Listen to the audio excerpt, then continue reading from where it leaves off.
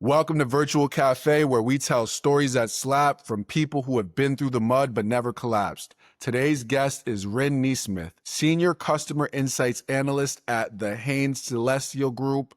Her story runs way deeper than the title. From the Panda Express floor to inside sales to driving strategy and insights, Rynn's journey is grit, grace, and growth in motion. She's built her career brick by brick while weathering life's hardest hits. This isn't just a career story, it's a lesson in resilience, compassion, and quiet leadership that doesn't need a spotlight to shine. Let's dive in.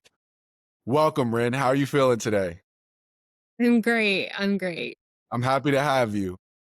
Thank you. I'm happy to be here. I'm happy to be able to share my story and hopefully it'll connect with some people and encourage them to do what I have done. Absolutely, I'm sure it will. So, Rynn, you have worn a lot of hats. Panda Express, PAM Transport, now Insights at Hain. Let's take it back. What's one job people might overlook on your resume that really shaped who you are the most? I think that Panda Express is the one that has shaped me into who I am today and my resilience and my strength. It- I started working there when I was 16 years old. I was in high school, grew up in poverty. I had to work. I started out there trying to make some money to get through graduation, and then it became a career for me. It became this opportunity for me to work while I'm in college to support myself. So I worked full time, went to school full time, and with those two together, it was very difficult. It was a struggle. It was hard, but I did it, and through the years, I worked my way up to be the general manager at Panda Express. One thing that I think was incredibly important that stuck with me is that they had a huge focus on what is your purpose in life and what is your why. And that is what shaped who I am today and how I stuck through everything that I've done, continued through college. It all comes back to that foundation. They ingrain it in you. What is your purpose and what is your why? And my purpose was to make a positive impact in the lives of others. And my why is, you know, it a lot goes into it, but to sum it up, my why is to take care of my family, to escape poverty, to show my family that we don't have to continue these generational trends. We can escape that. And I want to be an example to them. I want to be an example to others who are in that situation and that have that drive and that can bring it forward and show everybody that, hey, I'm not going to let society tell me that I am supposed to stay in this bucket, and I'm going to show up, I'm going to work hard, and I'm going to show everybody that I can do this and that I'm going to be successful. I absolutely resonate with that so much. Like, who you are for your family is exactly who I am for my family. And there are a lot of people who are specifically millennials and Gen Zers who understand that yesterday's methods and are not today's methods, and generational curses are meant to be broken. They're meant to be broken, but it requires that one person who's brave enough to go for it. Who says this isn't going to be, we're not going to accept the bare minimum. We don't got to live check to check. We don't got to choose this one or that one. We don't have to choose between if we're going to pay the lights or a light bill or eat. Like those are real things that happen in families that, like, I've gone through that, like resonate with where you come from completely, because I come from the same place. Absolutely. And I think that it's also interesting that Panda was like, the culture of Panda was making you think about your why and your purpose. because you usually don't see that on like a fast food level. You know, you see that in sales roles, but like later on, because in sales, let's keep it real, you need to like have that mental toughness. But I haven't seen a fast food restaurant actually like implement that, like have a culture that implements that. You know, you see Yeah, fast food workers and they're just Panda like, man, right. Panda Express, I will say, like, for those out there that are looking for like like, I got to go into fast food. Panda Express is such a good company to work for personal development. One of their strongest things is people development, people and growth, continuous learning. They are inspiring their employees to continue to excel and grow. And that was instilled in me and that shaped who I am today. And so anybody out there who is thinking like a high school student thinking, "Hey, which restaurant, which fast food place should I work for?" Go to Panda. It seriously will change your life. And it's tough. It's tough. They are tough on you, but it creates a strong person. you know who I worked for in high school? Because I was in the same position. I had to, if I wanted shoes or I wanted something like whatever I wanted, I didn't have the luxury to, like, it was ends meet. So I worked for KFC and I also worked for Popeyes. I worked for Sonic for literally 1 week because they hired me when I was 14 years old, but I was a big 14-year-old. So they thought I was older. So they're like, oh yeah, he can't touch anything hot. He has to only do ice cream and drinks. Then they must have like had that meeting in the back, like, listen, we can't pay him to only do ice cream and drinks. We need somebody who's gonna touch the stove. So they let me go quick. But yeah, I can definitely feel you on the fast food hustle. It's like, it's crazy. Question. I love it. Okay. Next question. Yeah, so those frontline jobs, they teach you something different. After the pandemic though, it kind of feels like customer service like fell off heavy. You go into a Walmart and it's like the people got their I literally saw somebody at the register. They didn't say hi to me, nothing. Excuse me. They didn't say hi or anything to me. They were literally FaceTiming. I don't know if she was FaceTiming her boyfriend the whole time she was on the register. I'm like, dang, yeah, no, like nothing. And so it's crazy. And you know what made it really crazy is she didn't even have no headphones in. But do you do you feel like those early experiences taught you anything? You still carry? Oh well, that actually you actually answered this, so we might have to skip this question. That's good. That's good. We want to skip questions.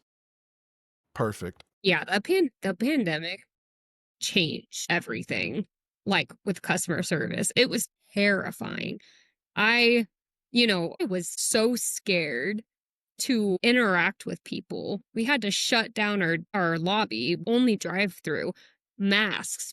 Like, customers were not allowed to walk into the store. People were getting angry, and, like, at the end of the day, it's like, "You want food and I'm a human being. Please just be respectful." There was Mhm. so much that I experienced that was I mean, and I get it. Like everybody's going through this anxiety and this chaos in their brain. And it, at the end of the day, it's just You be a you human know what the being. issue is though? You know what the biggest issue is that we live in America where people sue for their coffee being hot. So it's ingrained into us that if we complain, we get more. Hmm. That's not the way that like actual abundance works. Like people who are abundant and financially, spiritually, mentally, like people who are abundant, they're very good at not complaining, because like that complaining brings on poverty, Mm, you know? it does. Yeah. They actually talk about that in Napoleon Hill's Think and Grow Rich. It's like the blame game. Like you gotta like you blame everything on other people. Like, oh yeah, the reason why this so uh, It's like have empathy. Come on. do you feel like because of the lack of customer service and that being an entry level thing to learn in the workforce, that it kind of sets us up for troubling times moving forward, because like you said, you were someone who in Panda Express became was junior and eventually became, senior in your role. You were a general manager. So like that requires that development of just customer experience and learning how to give customers better experiences. So yeah, how do you feel about that? Like what do you think happens moving forward?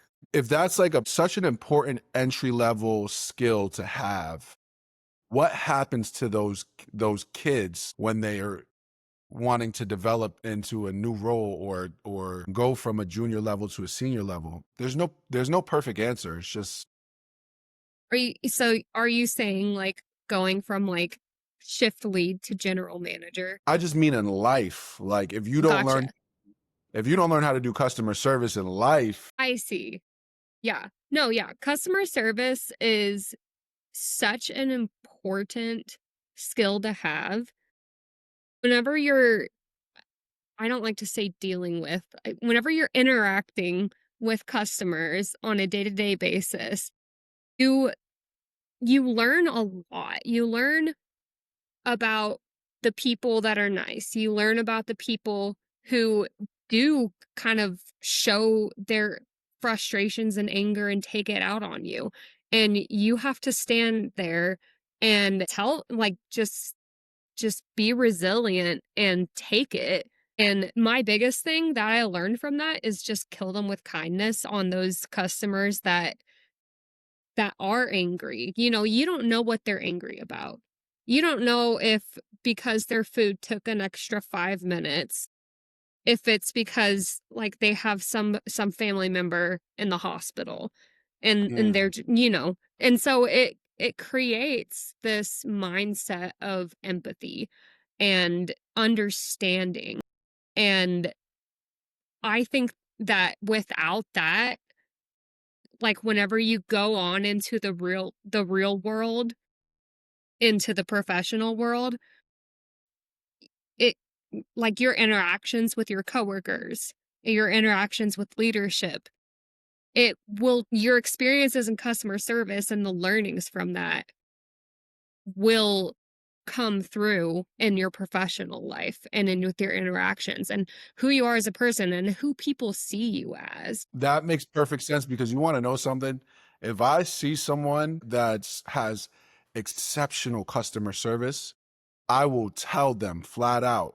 And a part of me feels like sometimes when I'm speaking to people who have exceptional customer service, I think I'm like, you're kind of overqualified for this position. Like communication is a level of value in which that's where the true wealth is created.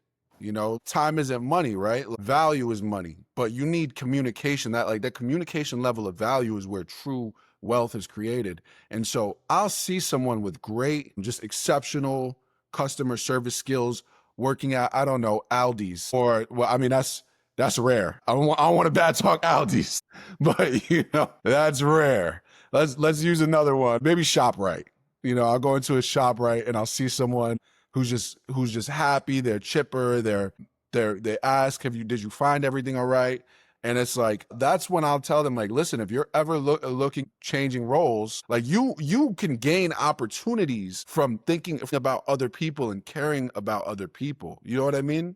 Yeah, absolutely. And it's all about like whenever you put yourself in the the perspective of being the person giving customer service. One of the biggest things that I thought to myself every day was, what impact am I going to make on the person walking through the door and making their order? Yeah. Is it going to be positive? Is it going to, maybe they are having a bad day and maybe if I say one nice thing or if I put a smile on my face, that could completely change their day. It could completely change, a rut that they're going through. So Yeah, you like, whenever you practice that in customer service, it creates these people that will excel in professional careers and be recruited because people see that. People see these people that care, that want to make a positive impact, and they're very valuable. Yeah, absolutely. And I love how you touched upon like how like initially being in Panda where you learn this customer service, like just getting there was you were in a very dark place. I mean, like not incredibly dark, but you did it out of necessity. And yeah, I just think it's incredible what you can learn when your intention, like you shouldn't go into jobs, especially jobs that you know are low paying, with like, oh yeah, if you're focused on the pay, you're probably not going to do the job that well as much as focusing on learning those necessary skills to excel. Let me see. We've been hitting answers to questions that I have that I'm like, oh my goodness. Like a lot of people glamorize the journey, but sometimes we take roles to survive. Was a season where it wasn't about chasing a dream, but just getting out of a dark place. You pretty much spoke on that. On So was that? the question of getting out of a dark place, I would like to touch more on that, if that's okay. Okay. So yeah, so let me ask that question then. Okay. All right. I won't attach it the way it initially was, where it's like, oh yeah, it takes a role to survive. I'll just ask you. So like, was there ever a moment where you lost sight of your why and your purpose and you were just trying to get out of a dark place? Yeah. So sorry. I am trying to keep it together. But I think it's very important to talk about. A year and a half ago, I lost my dad to suicide. Wow. And Sorry to hear that. it was the hardest time in my life. The most difficult time in my life. And I did lose sight of who I am. I lost I lost sight of what my purpose is because he was and one of the things that got me out of it was the support of my community, especially my coworkers. At Hain Celestial, one thing that I will say about Hain is that it has the most wonderful people, the most wonderful culture, and the most wonderful support system.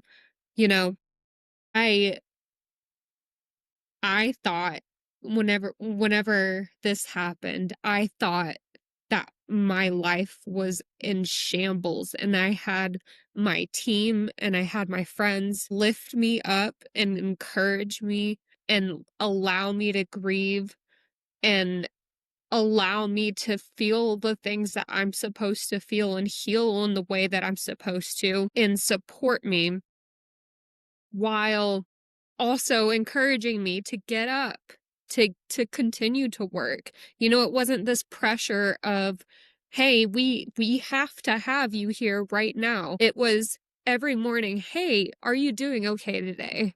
Do you need time?" And whenever I did, I would tell them and they would say, "Hey, you know what? Hands off today.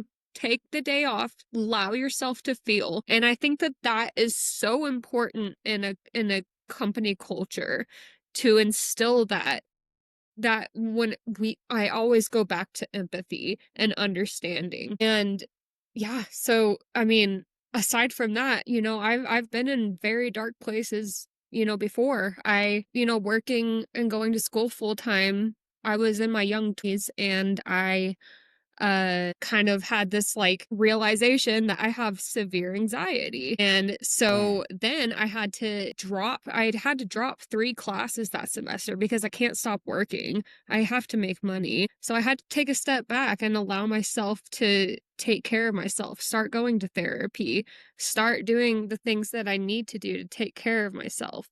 And then in college, like, during all of this, my senior year of college, I lost I lost my cousin in a car accident. She was my best friend. She was my age. It was the night before my finals. The night before my finals, I lost my cousin, my best friend, and I still had to show up. Like, could have, I could have told, the professors that I needed time, but in my mind, it was like, "Look, like, I just need to get through this. I need to take my final and I need to go and allow myself to feel." And so I did. And, I didn't get an A, but I got a B on that final and I did it. And then that same semester, my aunt, who I was very close to, got diagnosed with breast cancer. And it took her in 5 months. It just completely, she just withered away. And through all of this, and the reason that I'm like kind of like explaining all of like the tragedies that have happened in my life is because it is so easy to let grief, tragedy, and hardships consume you. But if you like, you cannot allow that to happen. You have to go back to understanding what is my purpose.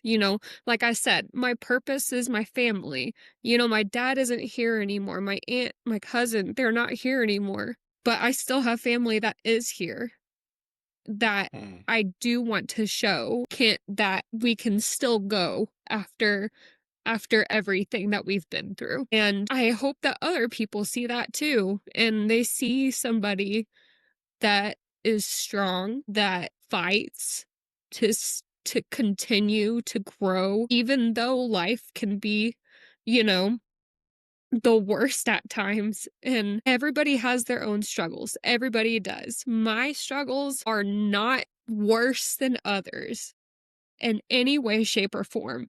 So if anybody's going through anything where they feel like they just cannot continue or they just feel stuck, you just got to remember why you're here and what you need to do or what your purpose is and why you want to continue to move forward and not allow yourself to fall into that hole. Wow. Ryn, that was incredibly heavy. You are strong for being able to deal with everything you're dealing with and that you've dealt with. And I can see that it still takes a lot out of you. And so like navigating like your work day, um, I can imagine it gets challenging. Yeah, I can imagine it gets, thank you so much for sharing that. You want to know something? There's probably someone right now, I'm sure there's someone right now that is going through what you've been through. And they're in a moment where it feels like time stopped, you know? Wow, I don't even know how to progress, how to keep on going. Sorry to bombard you. Like, No, I didn't, no, like, I don't want it to be like it's a so therapy session, but I think it's so important for people to hear this stuff. And, like, it's so I'm sure, like, this you is saw on my LinkedIn, my baby nephew, my 1-year-old nephew right now has cancer and he's fighting for his yeah. life. And, you have to think, am I going to let that consume me or am I going to keep going so that I can financially support what's going on, I wanna be here so that he can see me, because he is gonna survive. Yeah, so, anyway, I will stop with that. God bless him. I will definitely be praying Thank for you, him. thank you. I would definitely be praying for him. And if you don't mind me asking, I know that specifically in the corporate world, Mhm. since I did just say that, I know that like most of the time religion is like, we don't touch that, which I mean, I understand, but has what you've experienced do you feel brought you closer to God or further away? I would say, I religion is a tough one for me, honestly, and it's not that I don't believe in something, I believe in something. I believe that there's something out there that is is the creator and is watching over us. Uh, and I can put Did you have exposure to any specific religion growing up? yeah, I was actually raised Christian. Okay. I don't want to get into this whole debate, but my perspective, in all honesty, is that, like, after I fled my tiny town in Arkansas, I it was my experience in the Christian community, the judgment, the I just don't feel like my experience Mm. was that we love everybody and that we don't judge. And so on that perspective, I don't see, like, I'm not saying that everybody's like that. That was just my personal experience. There are very, very good Christians out there, but it just kind of led me to just, it's more of a spiritual thing for me now. It's, I think the American Christian church is broken. Like I'm right there with you. Like for 2 years, pretty much, like I have read my Bible every day in the morning and at nighttime. I meditate on it for an hour. I've fasted, and there's times that I'll go into a church and I'm like, that's not what God said, though. That's not what Jesus said. yeah. Like the more you actually develop relationship, it makes religion harder, because if, like, you read the Bible, and specifically like the Gospels, and like you'll start to develop the understanding that, wow, like Jesus didn't really like religion. Yeah. You know what I mean? Like he was actually kind of anti-religion. Like it was the religious leaders of the time who actually killed him, So it's like it puts that into perspective. But we could definitely move on from that topic, No, yeah. because that'll keep on going. No, and one thing that I will say is, like, through all the tragedy, my perspective on all of this is it has helped me become closer to myself. And I think whenever you become closer to yourself, you become closer spiritually and you become closer to whatever you believe in, you know? And my mantra is just be a good person, no matter what. If everybody just followed that, like religion, like you would be following your religion. You would be following, all the good in the world, So that's my thing, is just be a good person. Everything that you do, every interaction that you have, every decision that you make, is this making me a good person? Am I portraying that I'm being a good person? Absolutely. Integrity is so very important, and not compromising that integrity with yourself, because that's where a lack of confidence comes from, like self-confidence actually comes from the concept that every lie that you've told yourself. No one else but you knows it. So it's Yeah. like, why at times it's difficult to for people to move in integrity when they don't have that, foundation. But let me see. So take me on. I know this isn't a part of any question that I have. So after Panda, take me on your journey after Panda. So I work at Panda. Once I graduated college, I realized, hey, I did not go to college to work in fast food. And there were great opportunities to, like, they wanted me to continue and become an ACO, or an yeah, an art like an ACO, which is an area coach, manager essentially.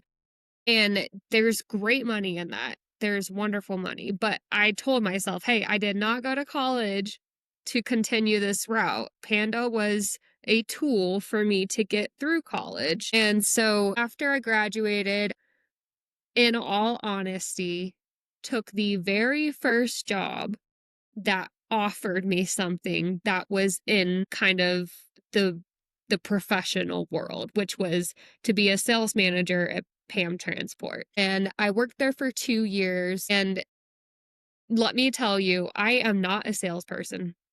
I I did great. I don't have it, like, it's in my closet, but I have an award for having the top growth. Like, I was fantastic at it, but I like know myself and I'm not a salesperson. I don't want to be making cold calls every day. I don't want to put on this. It doesn't come naturally to me. I feel like I'm putting on a front being a salesperson. Mm. So, I mean, I was working and I love my team. I didn't really have intentions of leaving because that's kind of all that I knew outside of fast food or general management and fast food. And so I had no intention of leaving. And then the market turned, as transportation does. It flip-flops every single day, but the market really, really shifted and laid off the entire inside sales team. So Mm. it, was not based on performance. It was a budget cut. They were just like, hey, well, okay, actually, I would love to tell this story. They actually offered me to go move into brokerage. And do you have knowledge in transportation? So Not really, no. Okay, so brokerage is a grind to the nails job. Very stressful. I mean, I totally respect all of the brokers out there because it is such a tough job. And so Pam told me, "Hey, you can we want to move you into brokerage." And I told them, I said, that is not what I want to do. And Mm. the company had me doing all of their marketing and all of their behind the scenes analytics on top of being the inside sales manager. And so I was like, hey, that's not what I want to do. And I am not going to be pushed into a role that I'm not going to enjoy, that I know I'm not going to excel in. It's not who I am. And so I essentially told them, you have to fire me. So Mm. they did. They let me go, and because they didn't have an option for me to do what I wanted to do, anything in marketing, anything in analytics. And so I was like, okay, okay, do you guys go ahead? They pulled me into the room. They had the conversation. I signed a paper. I got a severance and I went on my way. And I really took Mm. that time. I think I took about 2 months, maybe a month and a half, to really focus on where do I want to go? What do I want to do next? And am I going with the right company? So, very Three long important questions. huh? Those those were three important questions. I love the fact that you stood 10 toes down and you asked yourself those three very important Yeah. questions. And it really led me to a very successful spot that I am in now, and in a happy spot. So I really took my time and I came across this CPG company, Hain Celestial, and I, they were looking for a Walmart sales analyst. And I interviewed with them and I didn't have on paper analytical experience.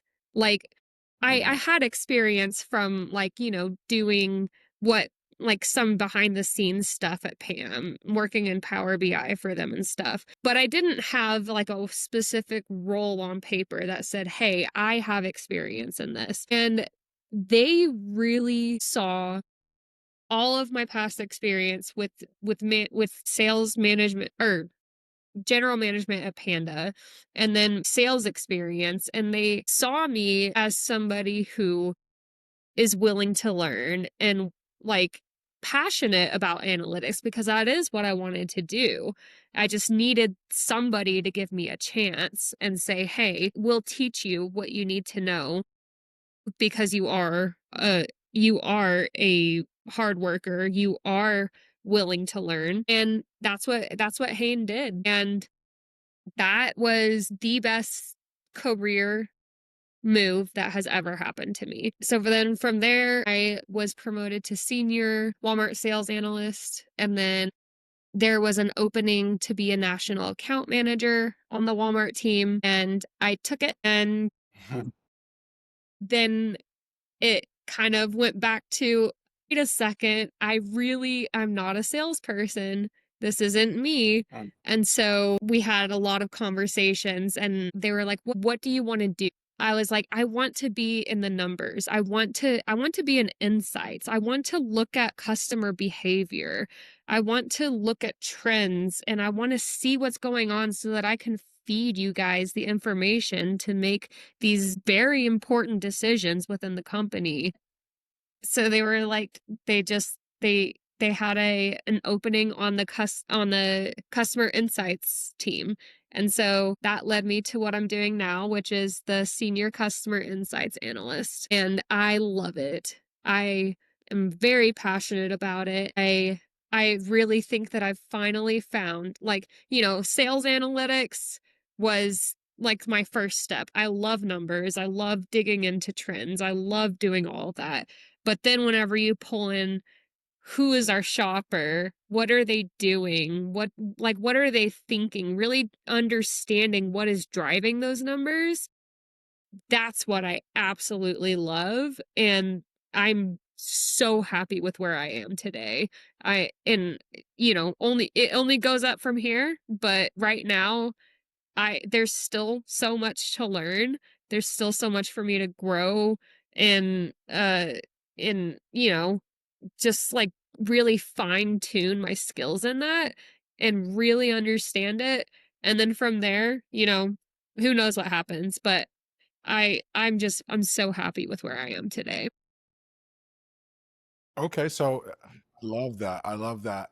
How, okay, so you love the position that you're in, and I love that for you, because a lot of people are in positions that they hate, that they just, and I'm glad that you mentioned sales is not for everyone, because it is difficult. What do you see as the next step for you? Like, what do you want in terms of career progression? I think honestly, my next step is becoming more of a leader, because I want to go back to my roots from Panda, like what I learned at Panda.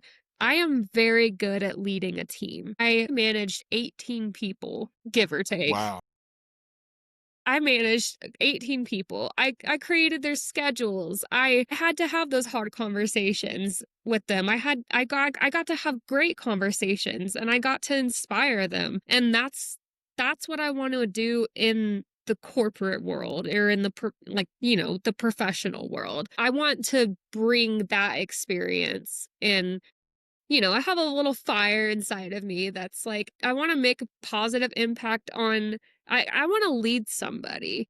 And so I think that that's the next step, whatever that means role wise, I want to stay in insights. I want to stay doing what I'm doing, but I want to teach somebody what I have learned and watch them blossom and, you know, be that positive impact for them. Yeah, I love that. And leadership is such a very important skill set that some people have. You ever heard the term natural born leader?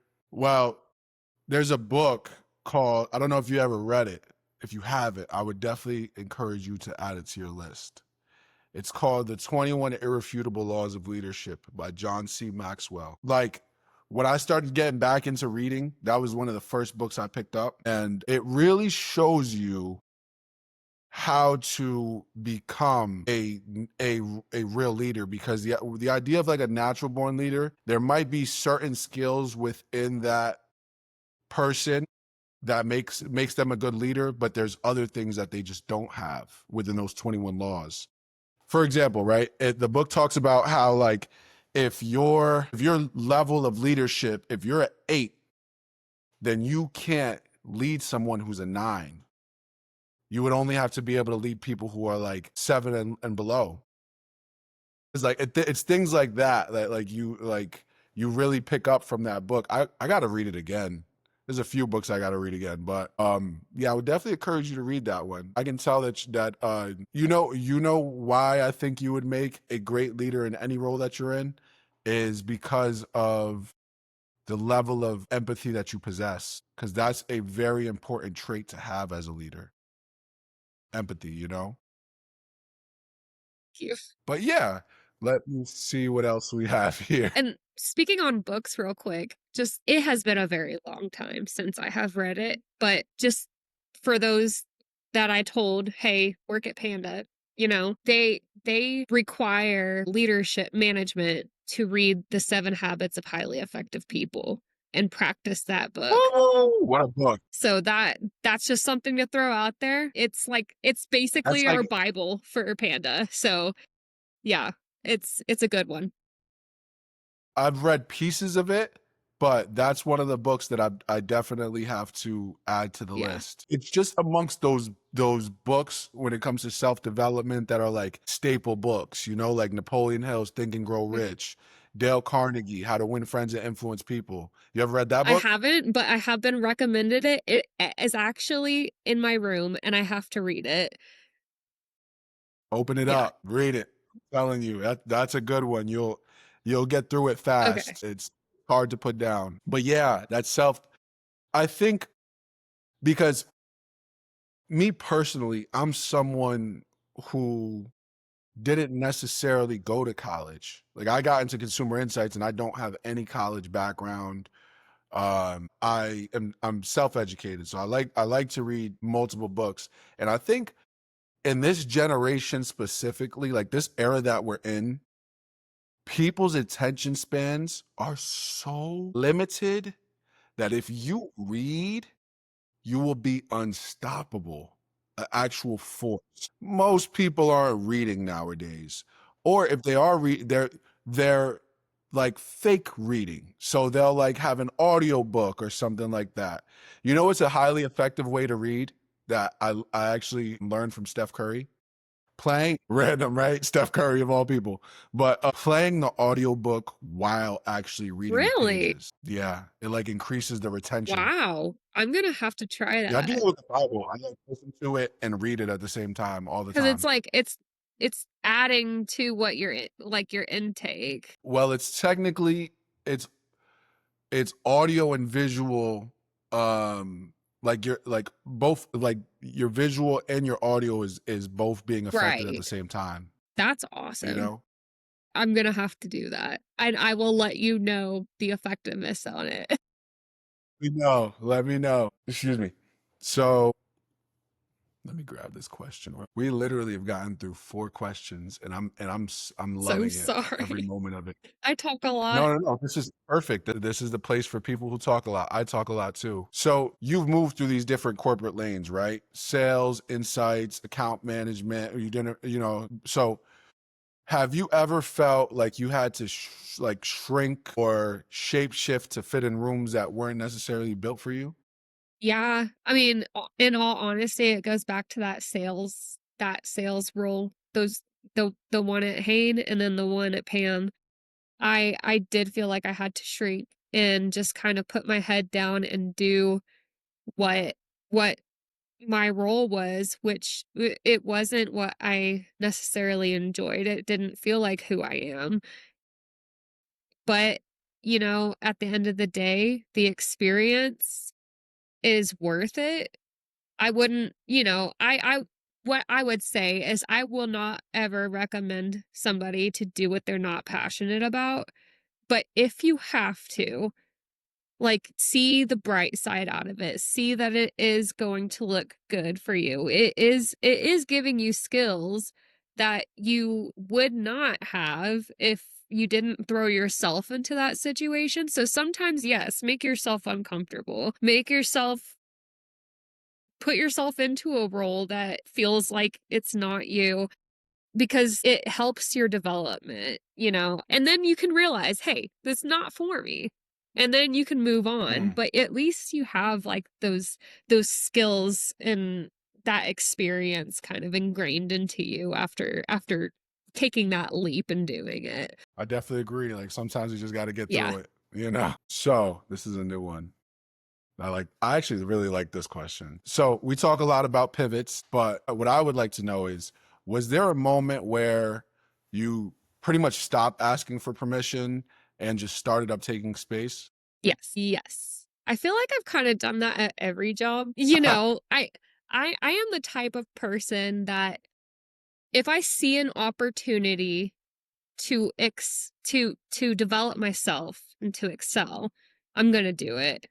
And Mm, so I will talk specifically about my role at Hain. So I, I was hired as the sales analyst, and then we got this new program, and I won't say what it is just because like I don't know if I'm supposed to, but we got a new program and we kind of had nobody that knew, like, it was new. Nobody knew how to touch it. Nobody knew how to operate. Nobody knew how to navigate it. And so I just threw myself in and I mm, taught myself how to use it. And that's what led to me being so passionate about insights because we had access to insights. And so mm, I didn't ask. I just did it. And then I went and I gave them the information. And then it created this view on me that was like, hey, this is our person for this program now. And she's really good at insights now.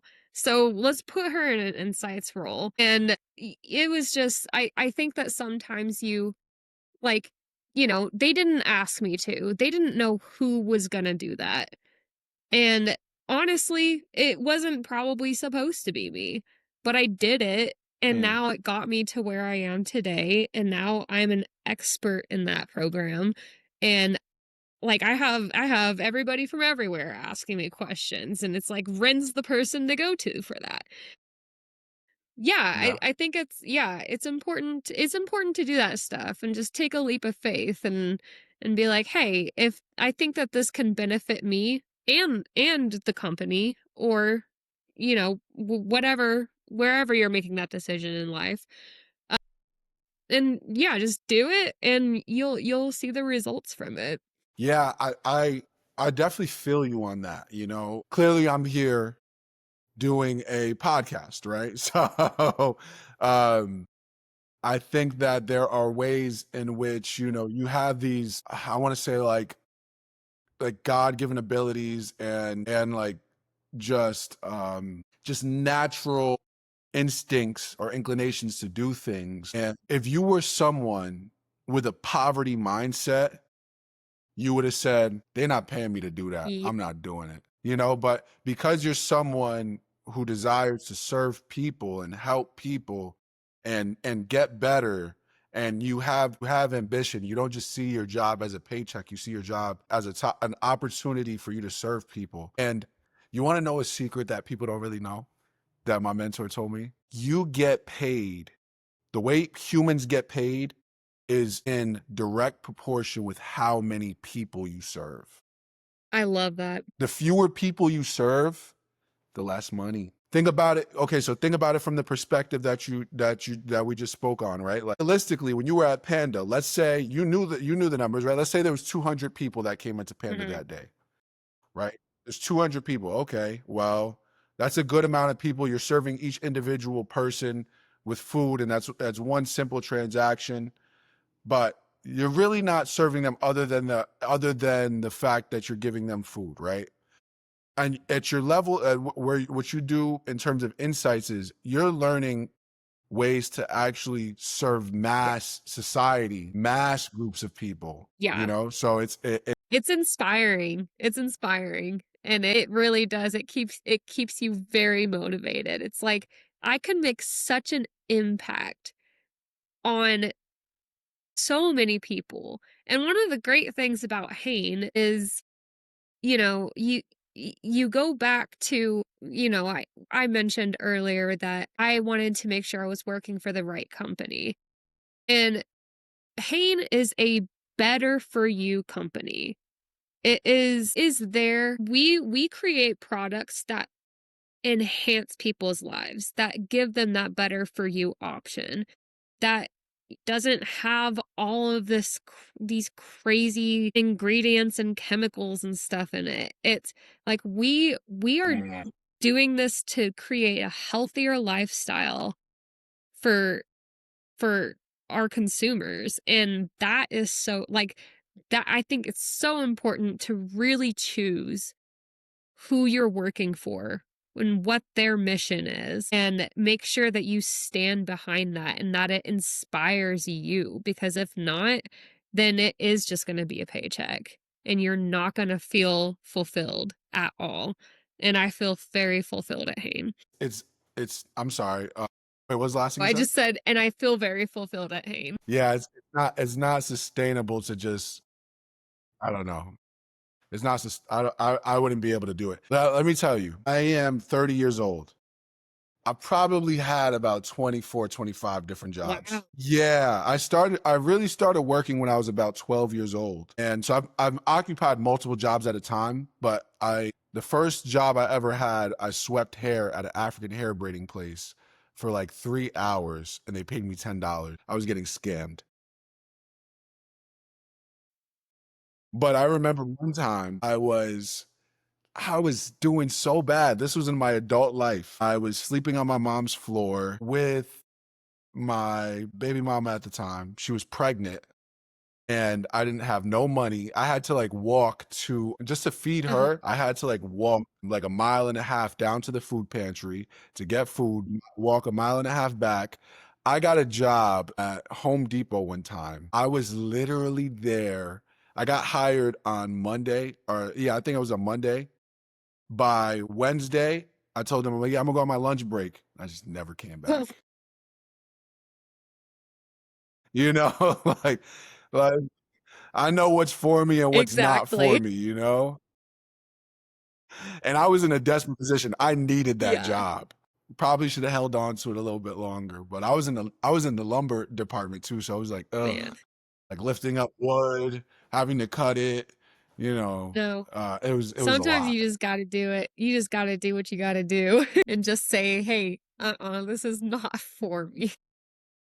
Exactly. Let me see. What's the next one? We've literally answered. Like the next question, for example, is sometimes we show up to work carrying heavy personal things, family, finances, grief. How have you navigated keeping it together professionally while real life is falling apart behind the scenes? But I feel like you've touched upon that, you know. But this is a good one. I mean, as you can imagine, ChatGPT helped me with these questions, so I didn't even think about that, honestly. yeah, it definitely helped me with these questions.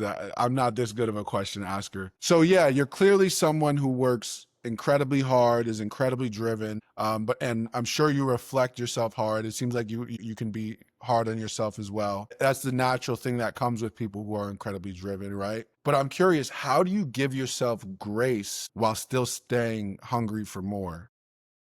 Oof, man, that's a deep one. I don't know. I just tell myself that I'm doing what I need to do. And, I think it's so important to stay humble.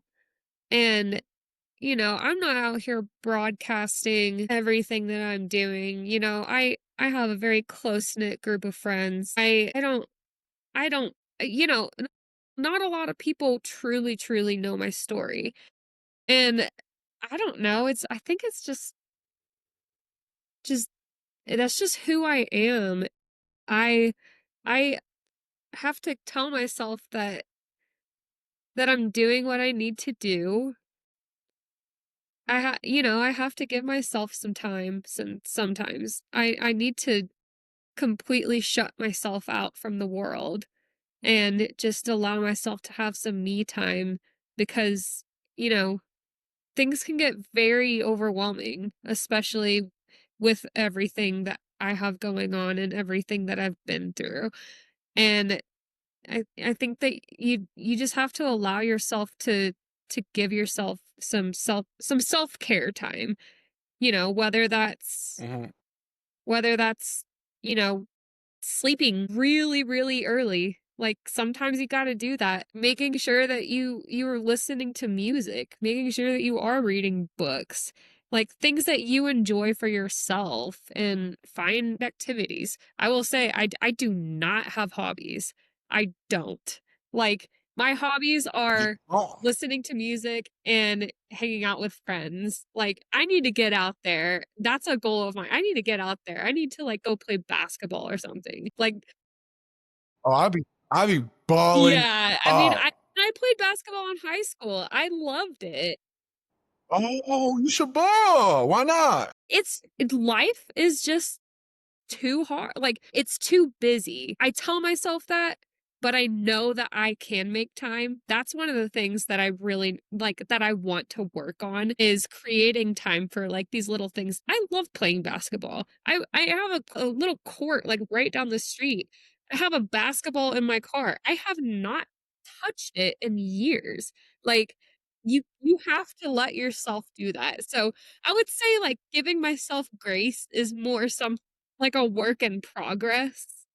But it is Mhm. something that I think is really important and, you know, focus on yourself, focus on things that you love. I want to go try roller skating. I want to do it. I just need all I need to Yeah. do is buy them. They're on Facebook Marketplace. Yeah. I mean, you might as well, right? Like, and just to touch on that basketball thing, like, there's times I'll go on like my lunch break and it'll end up being like 2 hours, like just Yes. balling Yeah, up. Cause it's like the perfect way to just get lost. It's almost exactly. meditative. And you know what I think there should be more of though?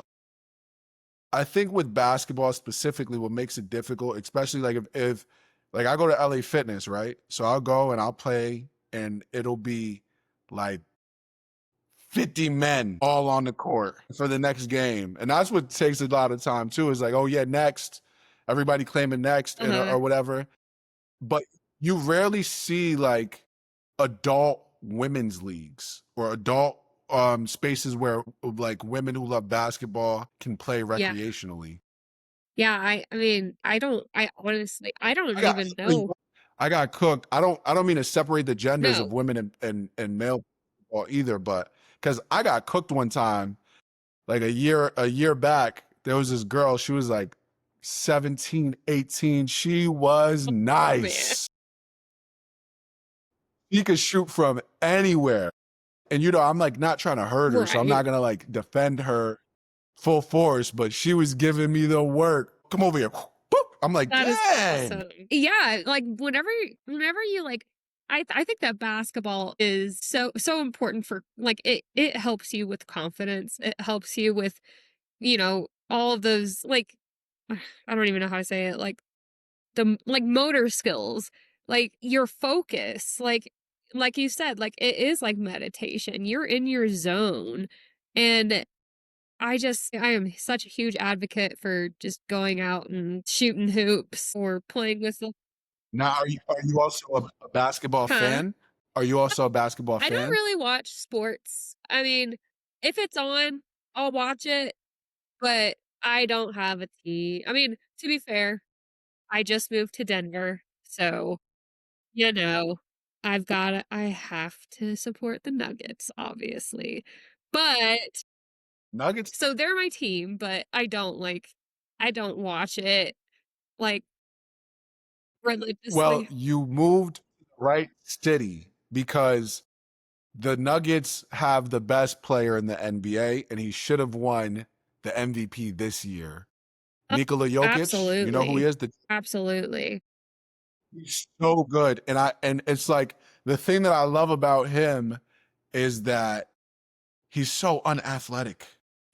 He's the probably also he's the best player in the league, and he's also probably the least Yep. athletic I player would in the agree with league. that. So it's all like shooting ability, his ability to actually score, his shooting ability, and like his basketball intelligence is through the roof. His IQ is through the roof. So but I digress. I love basketball. I can talk about it And he's a beast. forever. He's a beast. He is a beast.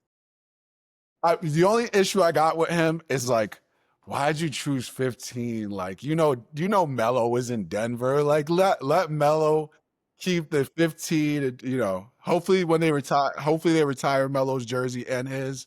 So we'll see two 15s in the Yeah. rafters. But he actually bought them a championship. Uh, so let me see. I guess we kind of might have touched upon this, even though I'll ask it and see if you have anything towards it. So we all hit that low point, like you've explained, where we ask, "Am I cooked?" This is the "Am I cooked" segment. So we all hit that point where we ask ourselves, "Am I cooked? Is this too much for me?" What was your "Am I cooked" moment, and how did you bounce back from it? You know what? For this question, I'll focus on professional, like, work, um, because I've felt Mhm. cooked many, many times in life, but, um, my cooked moment was going back to whenever I was laid off at Pam Transport, because I didn't have the confidence that somebody would see me for more than what's on paper. I thought that I was just gonna have to take another sales job. Obviously, my focus was focus on what I wanna do, but man, I applied for, like, hundreds of jobs. I got maybe 2 calls back because I was focusing on, I wanna do analytics, I wanna do insights. People were not taking chances on me, and I get it. I get it. You have, like, the algorithms, like, the way that applications work and everything, it reads what they need. They don't necessarily look at who the person is. They look at what your skills are, what you have on paper, and then hopefully you get the chance to interview with the head of HR or with the HR person. And then hopefully you make it through there to actually meet the team. So I felt very cooked mid, like, throughout those 2 months, and then even whenever I was interviewing at Hain, they were like, "We're down to, like, the last 2," and I was like, "Oh my gosh. Somebody's gonna have more skills than me. Somebody has, like, a better experience, and I just wasted 4 weeks of interviewing, and now I'm back to square one." I don't, I was not, I appeared confident to everybody else, but I was not necessarily confident at all times. So, yeah, but it worked out. I got out of my cook moment, and I found my group. I found my company. I found what's right for me. How did you feel in the moment when you got that offer letter? My gosh. I I felt on top of the world. And in all honesty, at that same time, my my boss from Pam, who also got laid off, he was like, "I have this great opportunity for us to do the same thing at a different company." And so I had an opportunity sitting there right in front of me, but I knew I didn't want to do it. So whenever I got the offer letter from Hain, it was just like huge relief. Just like such excitement about what the future holds and where I'm going to go from here, because it was like the chains were broken from being in transportation sales, you know? It was like, I'm finally free and I get to, like, find out what I'm passionate about and grow from here. So it was a really, really good feeling. It was nice. I love it, I love it. That's so dope. Those moments are so important. Like, if you ever seen the movie The Pursuit of Happiness, Yes, love it.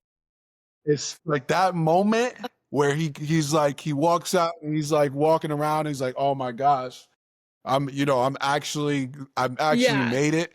Like those, not many things make me cry because I'm And a I got thug, goosebumps right but now. those moments those moments will make me cry. Me seeing other people win Exactly. who have been through it, who have been through the mud, who have been through the pain. That's literally what this whole podcast is about. Is those moments where it's like you finally get to that, you know, that Yeah, that happiness. was definitely my "I think I made it" moment. I was like, "I think I made it." Yeah, And then we keep making it, you know? love it. I just keep making it just over and over, and Keep go it feels good every time. It does. And it's so rewarding because it all goes back to, like I said, like, what's my purpose? What's my why? Man, to escape poverty is the best feeling in the world. And I don't mean it as just having money. It's all about your living conditions. It's about your mindset. It's about your habits. Everything in that poverty mindset just completely broken and free from. I mean, honestly, that is my "I made it" moment, just to know that I made it out of that, And I feel like I did that with every job that I've had. I keep trying to just like make it better, you know, continue to progress. But that's really, I mean, I feel like every day I wake up and I'm like, I made it. I did it, and now I can do Yeah, it for my family. Whenever I say family, I am not married, I do not have kids. I mean for my family that grew up in this with me. I made it for them. I made it for people who can see this and be inspired and feel like they can make it too. absolutely. I love that. It's so great to have that experience. Yeah. Wow. I love it. Going to close it out. We have a question number 9, but I'm going to close it out with question number 10 just 'cause I got to go pick up my kids soon. But so at the end of the day, when your name comes up in a room and you're not in it, what do you hope they say about you? Hope I hope that I am talked about in a positive light. And I hope that people talk about how strong I am, about how resilient I am, about how you Mm, can go through life's biggest tragedies and still show up. And I also hope that they see that I put my passion into my work and that I'm driven and motivated and smart. And if I feel like I don't know something, I'll Google it. I'll teach myself how to do it. They know that. They know that at the end of the day, I'll show up for them and I'll show up for my job, I'll show up for my coworkers, I'll show up for my family, I'll show up for myself. And yeah, mm. I just hope that they see a strong, resilient person that can inspire others and make a positive impact. And at the end of the day, like to put it into like one sentence, I hope that they say that I've made a positive impact in their life. I love it. It has been such a treat to have you here. I am incredibly excited to see how your career progresses from here and where you go from here. And I will personally be rooting for you. And I'm Just so rooting you for know, you too. I you mean, have hey, to. you've been through a lot as well. We come from very similar backgrounds, and it is so rewarding and so refreshing to be able to have a chat with somebody who has been through similar life experiences. And hey, we both made it, and I love that. And I've made a new friend. I've yeah, Absolutely. I really appreciate it. Absolutely. It and you're one. Especially what I think is so dope is that we're kind of in the same like, we're pretty junior in the world Yeah. of insights, you know? I think that's so dope, because we get to see each other progress, you know? But yeah, so now is for the wait, where's my outro? Give me one second. Just gotta grab the outro real quick. Okay. Also, sorry that I shed some tears. I didn't mean to. I love that you shed Okay. here. It's I'm like, I don't okay. wanna be crying This is on a safe camera, space. like I'm like, you know what I'm gonna do? I'm gonna make one of the reels of when she's crying. We're gonna make that. No, I wouldn't do that to you. I wouldn't do that to you. But it could be a good yeah, tagline, from tears of joy to yeah, tears of pain. I mean, tears of pain to joy. absolutely. Yeah, So use it however you want, just don't make me look like a crybaby. no, I won't make you look like a crybaby. Um, okay, so here's the teleprompter. Let me make sure the speed is good. And that is a wrap inside the virtual cafe. Huge shout out to Rynn NeSmith for pulling up, sharing her journey, and reminding us what. Oh, dang, this is fast. Let me try this one more time. And that is a wrap inside the virtual cafe. Huge shout out to Rynn NeSmith for pulling up, sharing her journey, and reminding us what quiet strength really looks like. If this episode hits home, please follow the show, share it with someone who needs to hear it, and keep the conversation going. Until next time, stay bold, stay blessed, and highly caffeinated.